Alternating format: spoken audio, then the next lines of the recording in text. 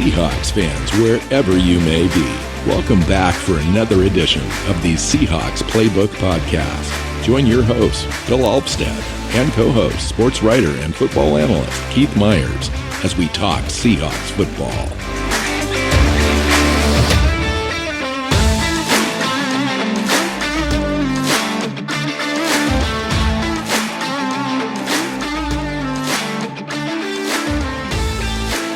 Seahawks fans, welcome back to another edition of the Seahawks Playbook Podcast. I'm your host, Bill Alvstad, sitting down with Keith Myers. Keith, look at our new studio.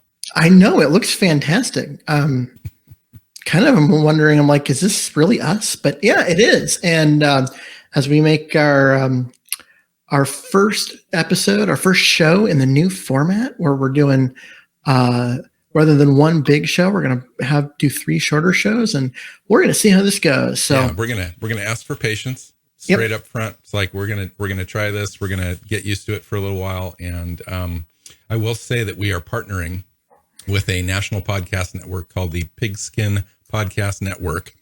And that officially begins on September 1st, but we're getting started early so that we can kind of get used to all of this and make sure we're doing it the right way before we make it official, quote unquote. So let's just get right into it. Since we've only got a half hour to do this show is going to be primarily a game review of the second preseason game. Tomorrow we will have another show out. That's what we learned this week in Seahawks football. And then at the end of the week, we are going to be putting out a third show, which will preview our last preseason game against the Chargers. And we'll see how this all goes this week. And hopefully it's without a hitch. And without further ado, let's get right into it. So Gino Atkins visited the Seahawks, Keith. 8-time Pro Bowler, coming in, a little long in the tooth at this point in his career, 33 years old. I would assume still has a little bit left in the tank. Last year was kind of a down year for him. Only played in 8 games, got injured, had some surgery, fully recovered at this point and cleared. They brought him in to beef up that defensive line, which I thought was, pretty decent. One of the strong points in the off season. And then in camp, it just kind of, it gets a little wishy-washy. They want to make some adjustments and so forth. Gino Atkins comes in, leaves without a contract, but apparently there's some mutual interest. What do you think of that? Well, I mean, this is a guy who was fantastic earlier in his career. And yeah, he's a little older and he's had some injuries, but he's one of the best defensive tackles in the game. And a 3-tech guy. Yeah. And that what that really shows you is what the team looks at and sees. They see that they've got a nose tackle they really like. They've got a couple of other guys that are run stuffers, but they don't have that dominant 3-tech. And they're going to go find it. I mean, if Robert Nkemdiche has turned out to be that guy, I don't know if they make this move. What he's shown us in the first 2 preseason games that makes us think, okay, we can count on him. Has he even lined up? I don't know. I think that he has. I think he's been a little nicked up, but yeah. So they're looking at options, and they know they need another defensive tackle. If Nkemdiche comes back and is healthy and is that guy, great. But if not, you could do far worse than a guy like Atkins there in the middle of your defense. Yeah, it'd be a good partner with Carlos Dunlap. They did it before. It looked good in Seahawk Blue. So a few other things going on this week with Ethan Posick, Travis Homer, Tyler Mabry, and Geno Smith all returning to practice. All of them had various maladies that prevented them from being available in the last couple of weeks. And it'd be good to get Ethan Posick back this far in advance from the season start, just so they know or can see if he's going to be available when the season starts, and maybe they feel okay about the players that are behind him there. I don't know. Travis Homer's walking into a hornet's nest with DJ Dallas performing the way that he's been performing, and Tyler Mabry a little slow to get back on the team when the team just went out and signed an old time favorite techno music dude with long hair back to the roster, and Luke Wilson, I think for his like 10th time back with the team. No, probably third time though, right, Keith? At least. Yeah. I think technically we'd count fourth because he was there and then he didn't have a contract, but then he got one again. And so there was that gap, but whatever. Yeah, he keeps coming back, and he's not a guy that's special in any way, but he is steady and works hard, and he is a leader, and guys respond to him. So I like that. It was a little weird to me because you have the top three guys at the position that have all performed well in camp. It's not like they're looking at tight end and going, wow, we need some bodies. We need some help. And then they're getting, the young promising kid that they like or will probably try and stash in the practice squad back from injury. So why do you need a vet tight end at this point? Probably sure. Parkinson does have the little foot thing. They don't know exactly when he's going to be back. Obviously, Luke Wilson is not that guy. He's an inline blocker. He's not going to really give you anything else right now. But yeah, solid contributor, special teams guy. Come in and play some special teams for you. And then the team released Alex Changum, defensive end linebacker, Dom Wood Anderson, which is an obvious choice given the fact that it was a dismal couple of outings for him. And then Pierre Desir, an old favorite of Keith's, is no longer on the roster. And in place of Pierre Desir, the team went out today and actually traded a future 2023 conditional seventh round pick for slot cornerback, John Reed from the Texans, originally a fourth round pick in 2020. John Reed is about 5'10" and a quarter, about 190 pounds. He's going to play in the slot. That's the kind of player he is. I've got a couple of quick notes, and I'll just kind of let you run with this a little bit. 4.4940. This is all coming, from his combine numbers. 37-inch vertical, 3.97 short shuttle, which is elite at that position. He also did 20 reps on the bench, which is also elite for that size and that position. 10.9 broad jump shows that he's got some burst and agility in those legs. He's literally, if you look at him, physical comparisons, he's a clone of Justin Coleman. So what do you think? What why don't you go out and do this deal, Keith? I don't know. I mean, what we saw from Pierre Desir in training camp is this is a guy that he wasn't going to make the team. I mean, I love the guy. He was fantastic when he was here earlier in his career, went and got big money from Indy by performing well there. But then he's kind of fallen off, and he just never lived up to what he looked like when he was in Seattle before. And so, okay, I get moving on from him. They traded away nothing. I mean, a conditional 7th round pick in 2 years. I figured out what happened with that. So what happened is about 20 hours ago yesterday, Houston released John Reed. And I think Seattle came in without having to go through waivers, decided to have Houston, before that transaction became official on their end, came in and offered the deal just so they could get him before he went on waivers. That's all I got. Does that make any sense at all, Keith? Oh, it absolutely does. Okay. And so, yeah, basically, okay, so it seems we're having a little bit of technical difficulties. I've got you back now. I thought you kept talking, so I wasn't sure. So, where are we at now, Keith? Me? Just you're good, Keith. All right, so I can hear you. Yeah. All right. Okay. Sorry about that, everybody. So we left off on John Reed. Mm-hmm. I thought you were still talking about him, so I just kind of let you go. Don't know exactly where you left off. I don't know if it actually picked up any of what I was saying. So okay. Well, let's try it again. Anyways, I was just saying, like he's a guy that they they gave up nothing for. If he makes the team, then they give up a 7th round draft pick in 2 years. If he doesn't, then they give up nothing. So it's really not much, it was as little as you could possibly get in order to get a guy on the roster. And clearly there's something that they're not seeing in the position. I know that DJ Reed's been, nicked up a little bit, and they're dealing with some of that. And so maybe it was just a matter of just wanting another body. What does that tell you about the existing slot guys we've got, Amadi and Blair? I don't think it tells us anything about them. Does it say possibly that they might be considering shifting Blair to the outside at all?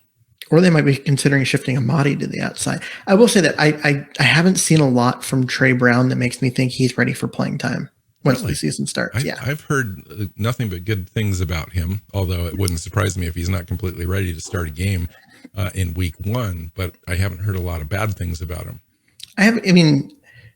I think people want him to be good because he was a draft pick and everyone's kind of looking at him. But what I saw when I was at camp was nothing really. I mean, he played, he was out there, but wasn't particularly sticky in coverage, gave up some plays, but you could tell he was just trying to figure out where he was supposed to line up and what his job was on each play. And so I think maybe it's just a matter of that. They're just like, okay, if somebody gets hurt, we don't want to have to throw this kid out there week 1 or week 2 before he's ready. I mean, think about what happened to Blair last year where he tore his knee right away at the beginning of the season. And in this case, if that happened again, now we're like, oh, guess what? Kid, you're now having playing time. And he's like, well, great. I hope I remember the playbook. And so you don't want that. So you go and get a guy that's got 3 or 4 years experience and maybe you play him for a couple of games and then cut him because by then Brown's ready and you still give up nothing for that time. So, all right. Whatever. So let's jump into the game really quick. And let's start with a couple of injuries right up front. Ben Burkervin hurt on the first play of the game on kickoff coverage, hyperextended that knee, out for the year with an ACL. That's not good news for our depth, although he wasn't likely to see the field much. Starting, he did have a couple of good, a good performance the game prior, but I'm not sure what to think about that. He definitely has a special teams impact there. John Ursua also. Torn ACL, which is a real bummer. He had 3 catches in that game. He looked good, a little over 30 yards, fighting for that spot, that 5th or 6th spot on the roster. It sounded like he was having a pretty decent He was having a good camp and a good week and a good game prep week and a good game, and it's just too bad. And then, tight end Dom Wood Anderson had an abysmal game, like 5 penalties. He had 3 drops the week prior and so forth. So the team didn't waste any time in releasing him. They obviously made a corresponding move to get Luke Wilson back on the roster. What did you see? So you've taken a little bit more time than I did to kind of review that game. I just couldn't stomach it, to be completely honest. I got like a vibe about the game as I was watching it and texting and playing Angry Birds on my phone, and watching the game out of the corner of my eye, just being completely disgusted. I almost had a bucket next to me in case I needed to throw up. I mean, it's just kind of one of those deals where, the team held out 33 players in the first game. They held out 27 players in the second game, but the execution was so bad. It makes you wonder about the coaching and putting players in position to be successful and where we are with depth and all that kind of stuff. It just really does kind of leave a bad taste in your mouth. No, I'm really not concerned at all. I mean, you've got your 3rd string quarterback starting because your backup's out with a concussion and they're not going to play their starter in the preseason. And so it was a situation where, Alex Magoo was overmatched. He was out there against, he certainly was. The Broncos played more of their starters. They brought in a larger roster and Magoo just looked clueless at times. He made some plays, and I think we should give him credit for that. But that first interception on the first drive, he was thrown to a ghost. Well, they had a guy there, but the guy that intercepted it between him and his receiver was literally just there. It's not like he snuck in or anything. He just like, you threw it to a guy in the white shirt. And the team obviously saw what they needed to see because they cut him. He got the start. This was his opportunity. Like, hey, Smith is out with an injury. You come in, you show you belong, and you'll have a chance, And instead, he showed he doesn't belong. It's one of those performances that ruins your opportunity to land with any other team. I mean, it's just one of those deals where it's like, wow, CFL's your option, dude, or you're going to be out of football. Yeah. So, the other thing is that as far as like you were going, oh, execution's bad. Magoo was getting like 10 reps a day. Yeah. Well, here's the frustrating part. And just for me, this is just me. The frustrating part is not employing a level of quarterback on your team that can execute the offense well enough to sustain drives, to allow the team the opportunity to see the entire roster that you want to see. Yep. And who's playing well, who's not. You're just not getting those reps. There's no rhythm. So that's the frustration part for me. Is it's hard to evaluate the rest of the roster. Exactly, and that's the deal. Yeah, and and I totally buy that, and you're absolutely right. I do think that in the second half they had the quarterback play was a little better. They were able to sustain some drives. Now they only scored the 3 points, but they had 2 ones that were turned over on downs. They didn't have the 2 interceptions and the really dumb fumble by your quarterback killing drives. So they were able to get some evaluation. It wasn't like it was a completely lost opportunity. But there was still a lot there were still some things to like about the offensive performance in that game. I liked what I saw from the running game. You saw a lot more crossing routes and stuff than you'd ever seen in Seattle during the Pete Carroll era. And so you could kind of get a feel for what the offense is going to look like when they have someone at the helm who's competent enough to execute it. And honestly, Stone Forsythe didn't look terrible. Yeah. And as a guy that, was a 6th round draft pick coming in, and we know he's got left tackle of the future talent if he can ever put it together. But, if he's not looking terrible, then maybe he's starting to put some of it together. And that's a fantastic sign. The other bright side on the other side of the line is Pro Football Focus rated Jake Curran at right tackle the best overall offensive grade on the entire team, not just the offensive line, at 85.0. And I did watch him a little bit, and they may have something here. He's going to bump somebody. They're not going to let this guy go. He's going to bump somebody off that roster. He's an undrafted guy that's going to make this roster. And I think a guy like Tommy Champion's out. I think a guy like Simmons is a guard, but it's going to put DeMarco Jones on the bubble is basically what it's going to do. It is. And that should be a concern if you're Jamarco Jones, because you haven't stayed healthy. You didn't play that well at tackle, given the opportunity. And now you got this kid that looks good. Mm-hmm. But yeah, Tommy Champion appears to be out of a job. That I think is clear. And it was just like, we heard in the offseason, hey, the Seahawks really like this kid. They think they've got something that they can develop there at right tackle. Now he's gone, or he's not, but he could be. But the same thing happened on the defensive line, where we were being told about Lattimore every chance we got that he was going to be in the mix at defensive tackle and all that. Now he's gone. Yeah. So right, I forgot to mention him up front, but you're absolutely right. Yeah, it's interesting. I mean, you did see a few good things. I mean, Jordan Brooks was out there a lot. He was one of the guys that's going to play a lot in the regular season, obviously. And he was out there quite a bit. And you could just see that he's going to be a player this year. And a guy like Jared Hewitt, an undrafted defensive tackle, kind of had a good game. I think it meant Lattimore was expendable. I think that's what that told me. Now, whether Jared Hewitt makes the roster, I don't know. But he's certainly a candidate for the practice squad. Yeah, and so I was most of the time with the offense. The defense, I thought, actually, despite the score, of giving up 30 points, the defense played pretty well.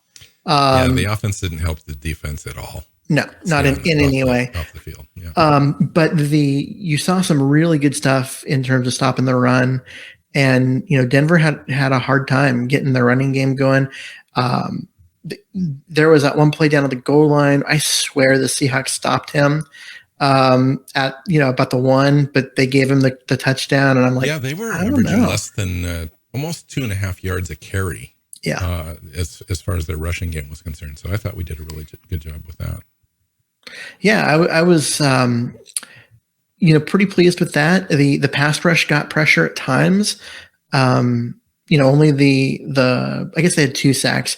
Rasheem Green showed up for the second straight week and played pretty well, which throws a monkey wrench in your and my theory that he may not make the roster because he keeps showing up on game day. Yeah, that was certainly a theory going into camp. Now, obviously, a player has a chance to change minds, change opinions, and he has. I mean, he's come in and really taken the job seriously and done a great job. He's been available. He hasn't been nicked up. He's done a great job overall. I have to say, you got to give credit where credit is due. Does he still make the roster? Is he trade bait? All that kind of stuff? Maybe he could be, depending on how happy they are with other players that are doing the same thing. I haven't heard too much from LJ Collier, and he might be one of those players that's standing on the sideline for the most part, allowing some of those younger guys to play.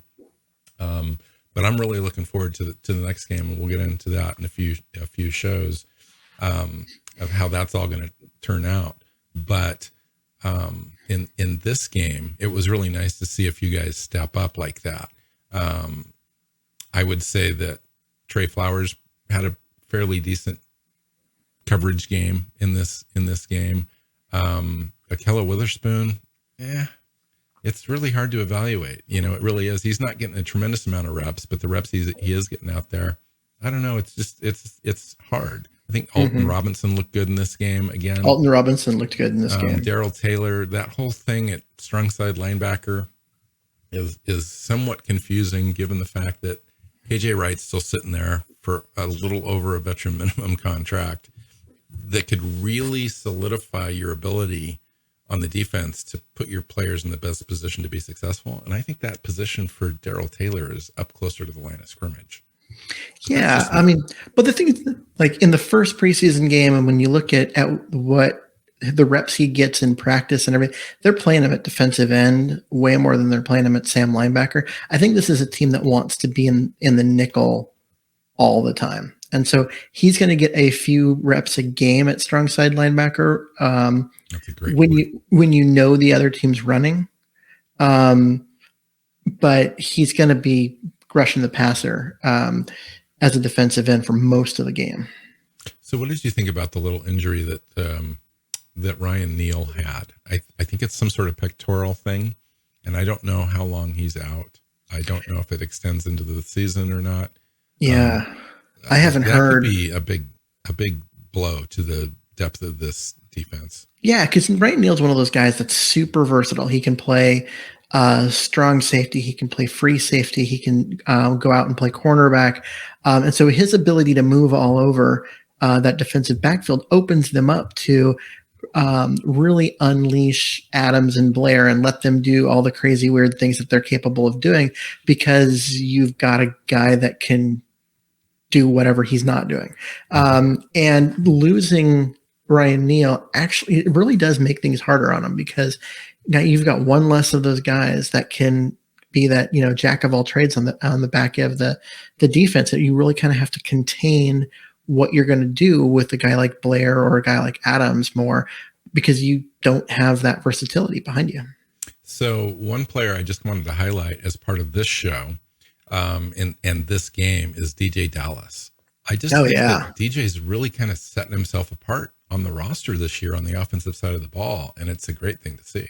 Oh, he looks so quick and so fast. Him returning kicks has been a lot of fun. I mean, he's just explosive, and he's doing a great job catching the ball out of the backfield and blitz pickup. That I think the third down back is his. that job. I'm sorry, Travis Homer, but you've been hurt and you weren't that good before you got hurt. And I think Dallas has kind of won that. It's interesting that he didn't get a single carry in this game. And I would have loved to see him get more carries because I know. And that's the frustration, I think, with not being able to execute the offense. You're just not getting enough downs for your offense to be able to come in certain situations and run the ball. It's just been a little discombobulated. You know? Yeah. So, he was able to make a positive impact on the game without getting a carry. With the other stuff that he can do. Awesome, because that's going to be the reality in the regular season. I mean, really, because it's going to be the Chris Carson show. Yeah. What's going on with Penny? Why is he not getting like 15 carries a game in the preseason? I don't know. He started and he got some carries. He was in there and then he wasn't. He's not on the injury report. We have to assume that he was out there to get a few reps and then they pulled him. That was the plan going in. They were going to get him a series or two and sit him down. I don't know. I would love to see him get more time because he's a guy that needs to get going and get in a rhythm and you would think just after having nearly 2 years off. Yeah. And if he's going to be the primary backup, if he's going to be the guy that comes in and gets 8 to 10 carries a game and when, or if Carson gets hurt and has to miss a game, you're going to lean on him to be the guy. I would rather have him ready. Like he needs to get out there and show us some things. And the team just doesn't seem particularly interested in getting him those carries. So why did you finish? Go ahead. I would say it might be because they wanted to evaluate guys like Josh Johnson and Alex Collins and figure out what the rest of their depth are. Because if Penny's going to make the roster no matter what, you're getting him some playing time to help him prep for week 1, but you're not looking at him to see where he's at. He's going to make the team. Let's use these games to figure out who we should keep out of those other guys. So why don't you finish this thing by kind of tying the first 2 preseason games together and telling us kind of where we're at and what we should want to expect in that third game to get us ready to feel better about entering the regular season, where expectations are seriously high with this roster. Yeah, I think that you look at where you say, where we're at, and you go, the depth, especially on offense, is not what we thought it was. They just have not been able to execute without, especially quarterback. Let's just be real. Yeah, quarterback's the big one, but Geno Smith should have been able to execute the offense better in the first week and didn't. And so that's disappointing. And, there's just not the talent at wide receiver behind the top 2 guys. And granted, Eskridge hasn't been playing either. So they're really the top 3 guys. But arguably the best receiver in the first 2 games as far as production and just being open and looking like a guy that could do something would be John Ursua, and he just tore his knee up and he's now gone. Yeah, so he looked like he would be in the run for, maybe some touches on punt returns, maybe a guy that you could count on being a 5th or 6th guy that could come in and give a guy like Dwayne Eskridge a breather once in a while in that slot role. And now that's going to go to somebody else. So what do you think about Eskridge? I understand he's practicing. He's getting in shape. Do we see him in the third game?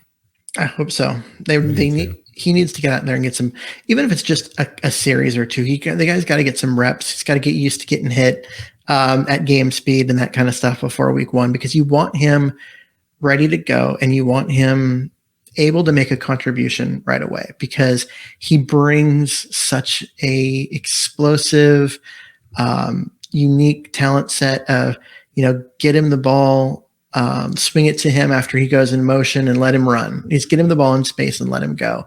And it's just a situation where they need more guys like that. And so him missing time was really unfortunate, but I think, if they can get him up to speed and ready to go for week 1, that'll be great for him.